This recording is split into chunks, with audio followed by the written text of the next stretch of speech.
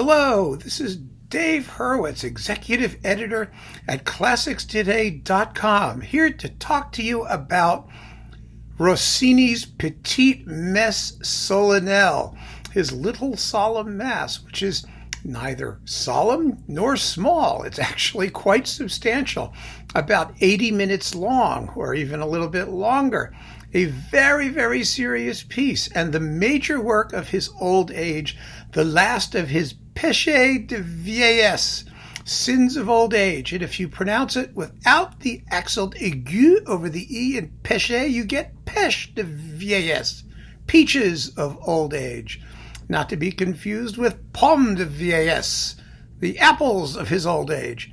But seriously, Rossini is one of the most fascinating composers of the entire 19th and a little bit of the 18th centuries, because his output is really very cleanly divided into the operas he wrote up through William Tell in about 1829, and then everything else that came later. He took a few years off. He had, I think, probably post-traumatic stress syndrome from being an opera composer for all those years, and wrote a few things along the way until he sort of recovered his energy and became, in my view, one of the great piano keyboard composers of the second half of the 19th century. His piano works are marvelous, and someday I'm going to spend some time talking about some of them, because they are forerunners, first of all, of Eric Satie and Les Six, with humorous titles, but more than that, they're musically brilliant, beautiful, full of subtlety,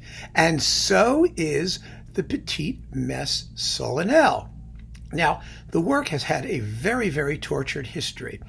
It's scored for 2 pianos and harmonium originally, with 4 vocal soloists and a small choir.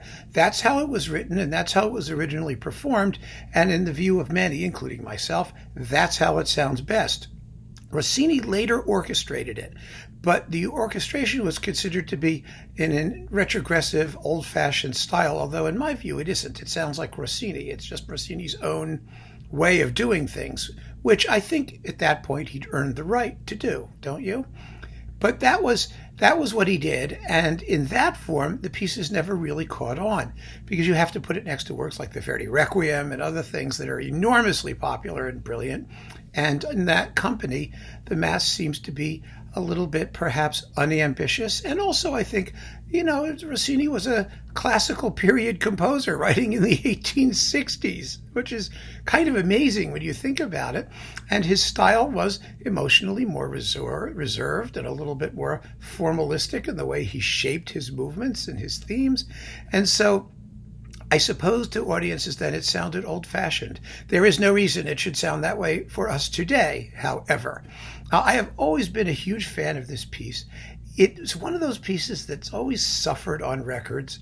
It's been very difficult to get the right combination of soloists and chorus and tempos, and Rossini didn't make it all that easy. He marked the tempo of the beginning of the Credo Allegro Cristiano, which I think is just marvelous. Rossini was a notable wit, and the favorite thing I think that he ever said, that I know about anyway, or one of the things, was apparently he was at Meyerbeer's funeral, and the person next to him was a composer who wrote a funeral march that was performed there, and said, what do you think of my funeral march in the memory of Meyerbeer? And Rossini turned to the guy and said, don't you think it would have been better if you had died and Meyerbeer had written your funeral march? Way to go, right? Phenomenal. A fascinating figure, enigmatic in some ways for sure, but brilliant. And the Petite, Messe, solennelle is wonderful. One of the things that has made recent recordings possible and much happier events is the fact that we now have good scores and parts to play from, which didn't exist. The first score that was published, which I have right here, see this thing? This was published with the permission of Maurice Strakosch, who was the impresario who purchased the rights to the piece after the private premiere, and who organized the performance of the orchestral version. And he published this thing. And this has many differences from the piece we know and love. I mean, you can look at it here and you'll see first of all, it's a version for only a single piano and harmonium. They took out the second piano part entirely. And certain movements, for example, the O Salutaris, which is for soprano and piano, is here for alto and piano. It's not at all authentic. It had many editorial emendations that were not original to Rossini. And the other problem, poor O Salutaris, air for contralto. No, it's for soprano. And there are a lot of other little things too. Then in about 1992, I mean, it's really kind of unbelievable. Nancy Fleming, scholar Nancy Fleming, published the close to original version of the Petite Messe solennelle, and it's Oxford University Press. And she actually did quite a bit of research in figuring out what the harmonium registration should be, which is a big problem. You know what harmonium, the Debain harmonium, which these are the guys who invented the harmonium, the reed organ of the 1860s, which was on its way to becoming enormously popular, but wasn't yet as popular as it later became. And she figured out what all the stops meant and indications and how the thing, should be scored as far as the harmonium stops go, of which there are, I think, about 8 of different reed timbres. And it has a vibrato stop, which you can use at will.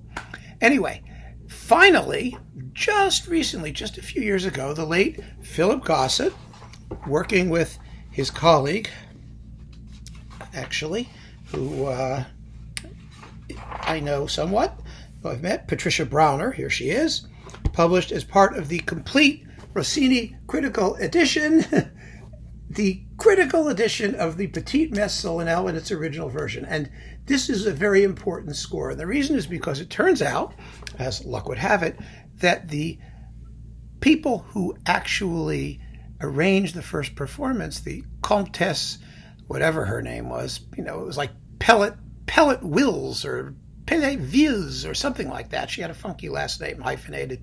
Anyway, Rossini gave her a presentation score, which has since come to light. It's in the possession of her family still to this day, and it contained all kinds of changes.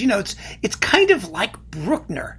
You know what I mean? Where the only reason we know what Bruckner's third was in its original form, because he crossed out things when he was revising, is because he made a presentation score to give to Wagner, who kept it. And that's why we have the original version of the Third Symphony, with all the Wagner quotations still in it. Otherwise, we wouldn't know. And I so wish Wagner had burned it. But that's another story.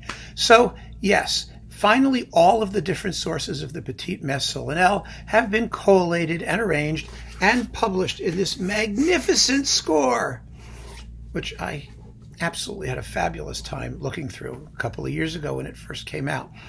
Now, that doesn't mean the recordings we're going to talk about incorporate all of these changes, but they do get the basic scoring right of, 2 pianos and harmonium, and they do give O Salutaris to the soprano. So we're okay. We're basically okay. But the recordings really come and go in the catalog, and it's a tough piece to bring off, not just because of harmonium registration and the pianists and getting a really crack chamber choir. It's hard to sing. It's a tough piece. And you need 4 first-rate soloists, yet who aren't overly operatic. Stylistically, it's a real challenge. So here are the recordings I've loved over the years, and you may have your own, and there are others, but this is a pretty good sample of what's been out there. I just want to say there is, a very famous Pavarotti recording, which with Mirella Freni too, and Ruggiero Raimondi, and it's in the Pavarotti box. It's sitting over there somewhere. It's not very good because the chorus isn't very good, and the whole thing is a sort of a show-off fest for the soloists. It doesn't do it for me. So I'm just telling you, because that was available on Decca, coupled with the István Kertész version of the Stabat Mater, which is much better. But let's get that out of the way. The first one that I always enjoyed was this one.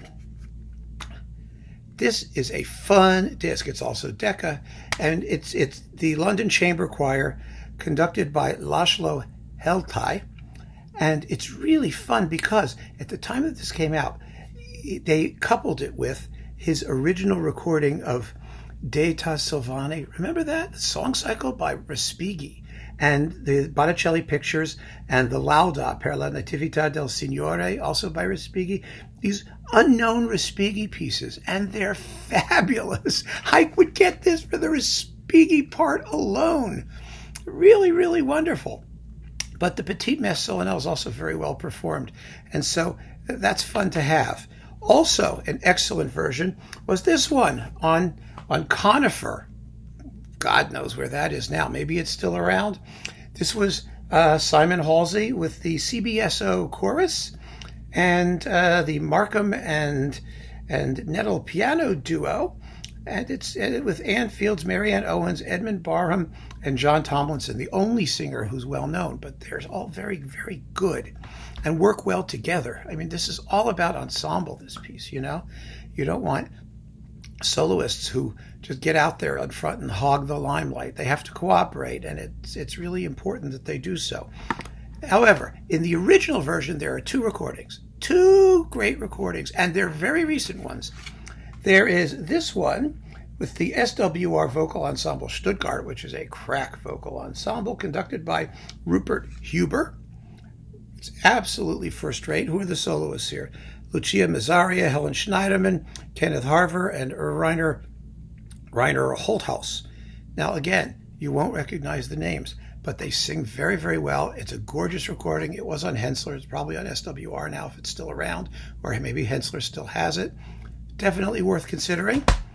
But the best of all, I mean really the best, just the best that there's ever been, is this one. On Harmonia Mundi, the RAIS Kammerchor, you know, the greatest chamber choir ever, probably. The amazing RAIS under Marcus Creed on Harmonia Mundi. This thing is a knockout. And again, soloists, forget who they are. Doesn't matter. They sing beautifully. It's an absolutely perfectly paced, lovely, delightful performance in every respect. Now, if you're interested in the orchestral version, there are a couple recent ones of those. First, look at that. Antonio Pappano with our friends in the Orchestra e Coro dell'Accademia Nazionale di Santa Cecilia di Roma. And this is a good performance. I don't actually think it's the best of the two that you can get with full orchestra. I mean, not counting Pavarotti's out there. I don't know if that one's with full orchestra, actually. It may not be. I don't remember. I just remember disliking it, and I wasn't going to listen to it again just to be sure I disliked it. So qualify everything I say about that, except avoid. The other one, and the one that I really think is first rate, I really do, is Shai, recorded in Bologna, and with a really first-rate group of soloists who know how to sing the piece together. It's Daniela Desi, Gloria, how do you pronounce this? Gloria Scialchi, Giuseppe Sabatini, and Michele Pertuzzi. First rate. Soup to nuts, first rate, if you want to hear the orchestral version. And of course, if you have the orchestral version, you can have more operatic voices, you know, because it's a bigger setting, and so it's more suitable to a more oratorio-like delivery, shall we say. But, you know, the real problem with the orchestral version, in my view, is if you can hear right away in the opening Kyrie. The opening of the Kyrie is a strange combination of seriousness and comedy, because, you know, it's a couple chords on the harmonium. It goes, and then the pianists come with bum, dum, bum, bum, bum, bum, bum, bum, bum, bum, bum, bum, dum, bum, bum, bum, bum, bum, bum, bum, bum, bum.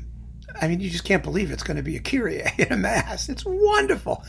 You know, when you have to give that to strings, whether pizzicato or arco, somehow all the humor just sort of goes out of it. I don't know.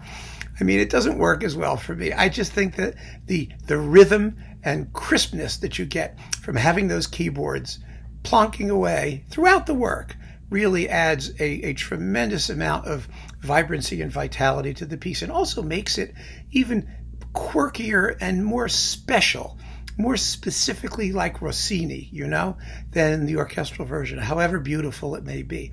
So my recommendation in Petite Messe solennelles, if you can still get it, Marcus Creed on Harmonia Mundi. It's the way to go. And one way or another, do hear this work. It is so unlike anything anyone else ever wrote. But every bar just exudes this confidence, the hand of a real master, and someone who had nothing to prove, who just didn't care, what anyone thought, who did what he loved to do in the way he loved to do it. And if you like it, great. And if you don't, you can stuff it. And that's somebody who I could really appreciate. But one way or another, as far as Rossini's sins of old age go, not just this one, all of them, including the piano works and the short vocal pieces, we have to keep on listening. They are superb, and we need to find a reason to talk about them too, but not right this minute.